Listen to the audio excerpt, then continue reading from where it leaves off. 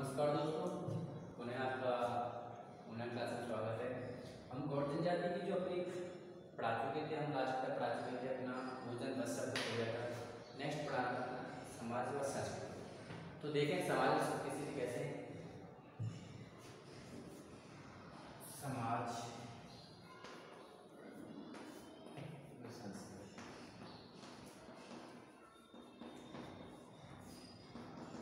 देखो समाज व संस्कृति, आप सभी जानते हैं समाज व संस्कृति देख रहे हो। यहाँ जो समाज संस्कृति है वही समाज व संस्कृति वहाँ की भी पाई जाती है। देखो क्या होता है कि अपने भी यहाँ और वहाँ भी कहते हैं सब पिता की मृत्यु के पश्चात जितनी भी संपत्ति होती है वह उसके पुत्रों में बांट दी जाती है। तो यहाँ भी ऐसे होता है समाज व संस्कृति में कि गौड़ जनजाति में जो परिवार का जो मुख्य होता है या पिता होता है, पिता की मृत्यु के पश्चात जितनी भी संपत्ति होती है उस संपत्ति को उसके पुत्रों में बांट दिया जाता है। क्लियर है? तो अब संपत्ति बट गई, संपत्ति बटने के बाद चाहे वो पैसा न करें कुछ भी करें तो सब चलेगा। लेकिन यहाँ जो विवाह होते हैं, जो गौड़ जनजाति में जो विवाह होते हैं उन विवाह के जो रूप होते हैं अलग होते हैं। देखो यहाँ जो होने वाले विवाह में सेवा विवाह, विनिमय विवाह,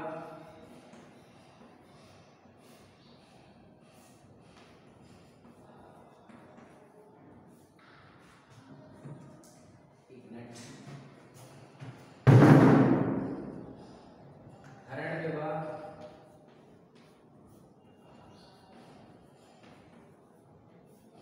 सेवा विवाह, विनिमय विवाह, हरण विवाह और लास्ट में रहता था चौथा रहता था विधवा विवाह। इस चार तरह के विवाह किए। देखो यहाँ समाज संस्कृति में कहा जाता है जो विवाह का रूप होता है वहाँ सेवा विवाह, विनिमय विवाह, हरण विवाह और विधवा विवाह ये प्रचलन में है। क्लियर है? जो गौड़ जनजाति के जो नगले या पल्ली होती है उस नगले या पल्ली में जो मुखादन गाँव बोलते मुकदम बोलते हैं, मुखादन, चौकीदार या मुखिया, दोबारा देखें कि गांव में जो मुखादन, चौकीदार या मुखिया होते हैं उन्हें क्या बोलते हैं? कोतवाल कहते हैं। क्या कहते हैं उसे? कोतवाल।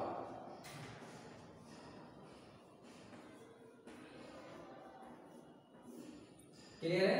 गांव के मुखिया क्या बोलते हैं? चौकीदार क्या बोलते हैं? कोतवाल बोल देते हैं। और गांव में पाया जाने वाला जो पुजारी होगा, पुजारी या कह सकते हैं हम पुरोहित, इनको बोलते हैं ये देवारी। क्या बोलते हैं? देवारी कहते हैं।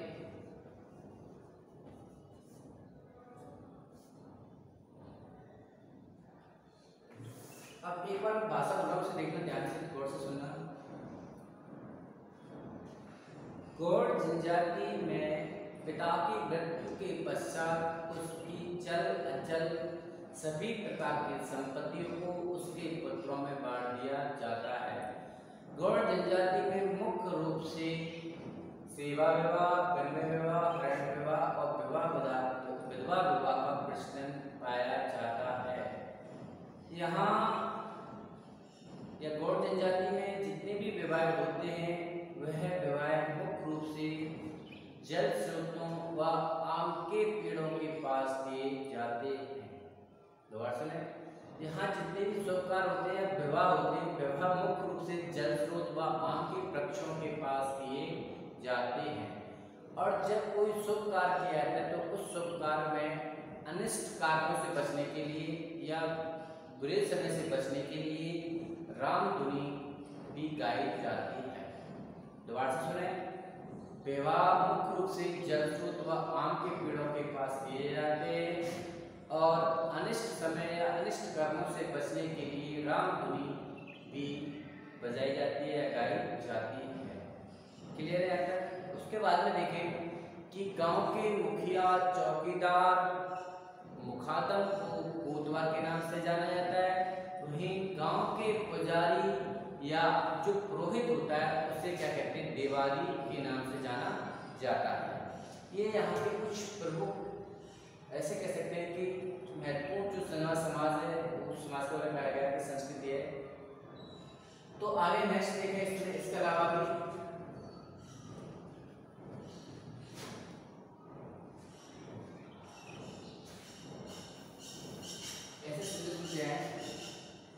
कि गौड़ जनजाति के लोग गाने और नाचने इनमें भी रुचि लेते हैं।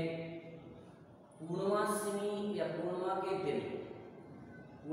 दिन जब रात उजाली होती है, क्योंकि पूर्णिमा के दिन चांद पूरा होता है तो अंधेरा कम और दिन सा या उजाला अधिक होता है। तो पूर्णिमा के दिन या पूर्णिमा की रात को गौड़ जनजाति के पुरुष व महिलाएं एक साथ इकट्ठी होकर के पुरुष महिलाएं साथ साथ नाचते हैं। क्लियर है? क्या होता है, दोबारा सुनिए एक बार कि पूर्णिमा के दिन उजाली रात में गौड़ जनजाति के महिला व पुरुष इकट्ठे होकर के एक साथ नाचते हैं।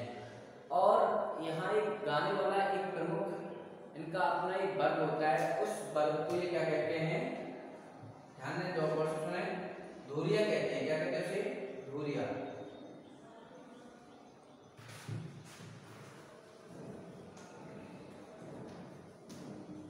धुरिया होता है जो यहाँ का गायक होता है, और वह गायक होता है वह गौड़ जनजाति की प्रथा के बारे में, गौड़ जनजाति के बुजुर्ग या देवी देवताओं के बारे में गा करके सुनाता है। कहा जाता है, ये उनकी खुद की जो मान्यता है उस मान्यता में कहा जाता है कि गौड़ जनजाति का जो भी स्टार्टिंग हुआ था, या ऐसे कह सकते हैं कि जब गौड़ जनजाति के भगवान ने जन्म लिया था, यानी कि स्वयं की मान्यता है, मानते हैं, कहते हैं कि जब गौड़ जनजाति के भगवान ने जन्म लिया था तभी इसकी माता व पिता दोनों ही मर गए थे।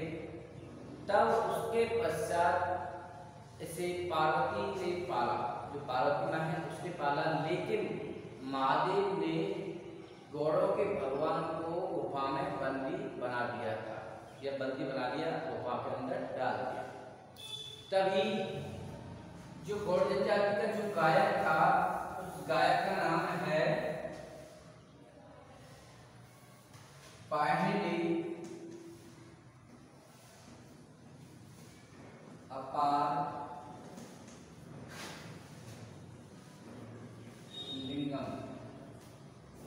ध्यान दें, इनका गायक था गौड़ जनजाति गायक का नाम पाहिंडी अपार लिंगम ने किसकी सहायता से, हाँ क्लियर है, देवी गंजूबाई की सहायता से, देवी जंगूबाई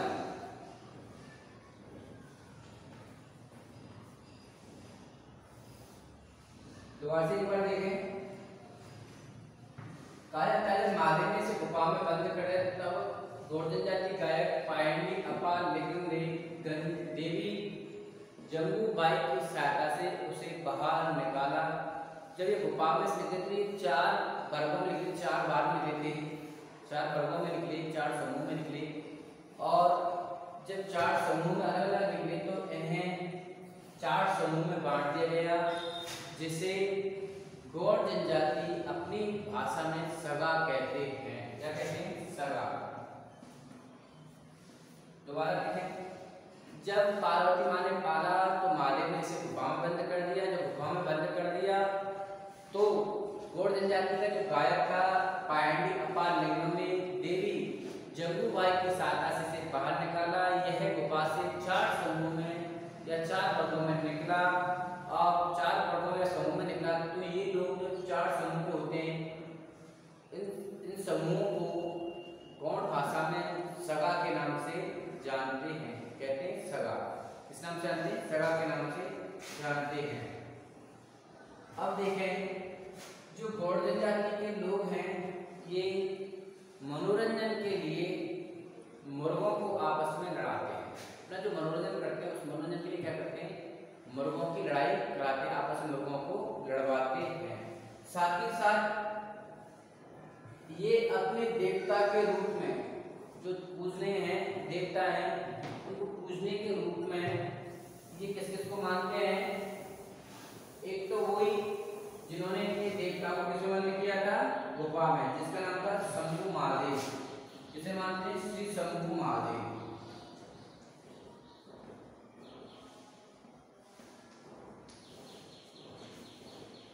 दूसरा देवता का नाम क्या है, पर्सा। क्या नाम है दूसरे देवता का नाम, पर्सापेन। शंभु महादेव, पर्सापेन, इनके क्या होते हैं, प्रमुख देवता होते हैं। एक होता है बड़ा देव, कहते हैं बड़ा देव के नाम से आते हैं, बड़ा देव।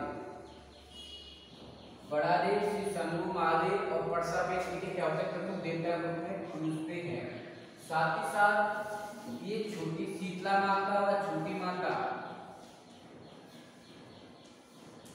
शीतला माता और छोटी माता, इनकी भी पूजा करते हैं।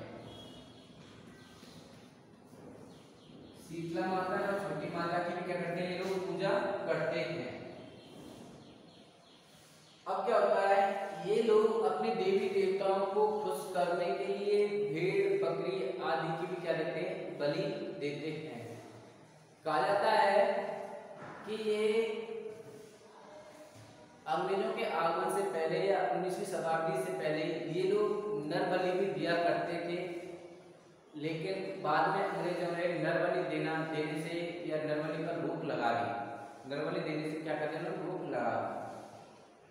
और गौड़ जनजाति के लोग मृत शरीरों को जलाते हैं, क्या करते हैं, जलाते हैं। इनका मानना है कि जो आत्मा होती है वह अजर अमर होती है। कैसे होती है, अजर अमर होती है।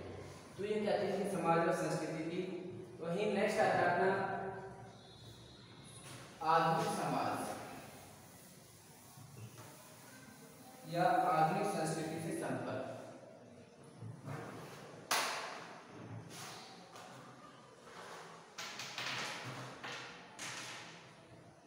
नेक्स्ट आता है आधुनिक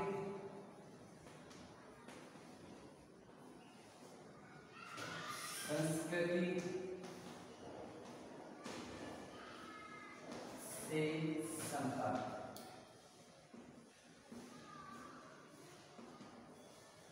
अब आधुनिक संस्कृति से संपर्क देखें।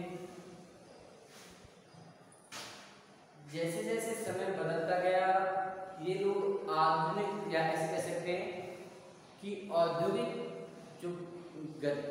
विकास हुआ, तेजी से गति में औद्योगिक विकास की तेज गति के कारण ये अपने संपर्क में आने लगे, या गौड़ जनजाति लोग अपनी जीविका को चलाने के लिए औद्योगिक क्षेत्रों में आकर कार्य करने लगे, जिसके कारण जो इनकी प्राचीन काल की जो समाज संस्कृति थी या प्राचीन समय की पुरानी जो समाज संस्कृति थी उस पर पकड़ते हुए कैसे होने लगी, ढीली होने लगी, और ये आधुनिक समय के आधार पर अपने आप को चेंज करने लगे।